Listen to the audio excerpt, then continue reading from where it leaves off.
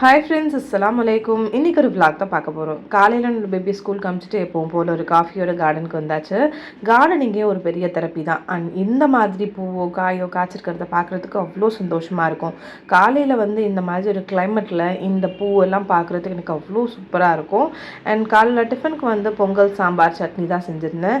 And அதுவுமே சாப்பிட்டாச்சு. சாப்பிட்டு முடிச்சுட்டு லன்ச் வரைக்குமே அப்படியே ஸ்டார்ட் பண்ணிட்டேன். வீட்டில் பார்த்தீங்கன்னா ப்ரானும் பீஸும் இருந்துச்சு. ஸோ அதை போட்டு பீஸ் அண்ட் ப்ரான் பிரியாணி செஞ்சுருந்தேன். எவ்வளோ நல்லா சூப்பராக ஊசியாக வந்திருக்க பாருங்கள்.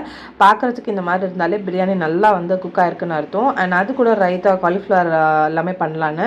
அண்ட் இந்த ப்ரான் பிரியாணியோட ரெசிபி கண்டிப்பாக நான் ஒரு நாள் அப்லோட் பண்ணுறேன். மறக்காமல் அதை செக் பண்ணி பாருங்கள். நல்லா டேஸ்டியாக இருந்துச்சு பிரியாணி அன்றைக்கி.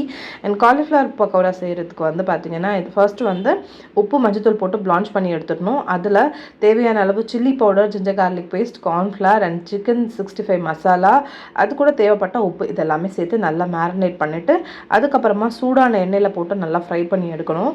இது நல்ல கலர் வரணும். நல்லா ஒரு ரெட் கலரில் வந்ததுக்கப்புறமா எடுத்திங்கன்னா நல்லா மொறுன்னு சூப்பர் டேஸ்டியாகவும் நல்லாயிருக்கும். கடையில் வாங்குகிற அதே மாதிரியான டேஸ்ட் இங்கே கிடைக்கும். அண்ட் இந்த மாதிரி தான் ரெடி பண்ணி சாப்பிட்டோம். அண்ட் என்னோடய பேபி ஸ்கூல்லேருந்து வந்த உடனே ஏதாவது ஜூஸ் கேட்பா. ஸோ அதுக்காக ஆரஞ்சு ஜூஸுமே ரெடி பண்ணி வச்சுட்டேன். ஃப்ரெஷ்ஷாக எந்த ஒரு சுகரோ இல்லை தண்ணி எதுவுமே கலக்காமல் ஃப்ரெஷ்ஷான ஜூஸ். அன்றைக்கி லஞ்சுக்கு பார்த்தீங்கன்னா ரைஸ், அது கூட காலிஃப்ளவர் பக்கோடா, ரைத்தா இதெல்லாம் தான் இருந்துச்சு.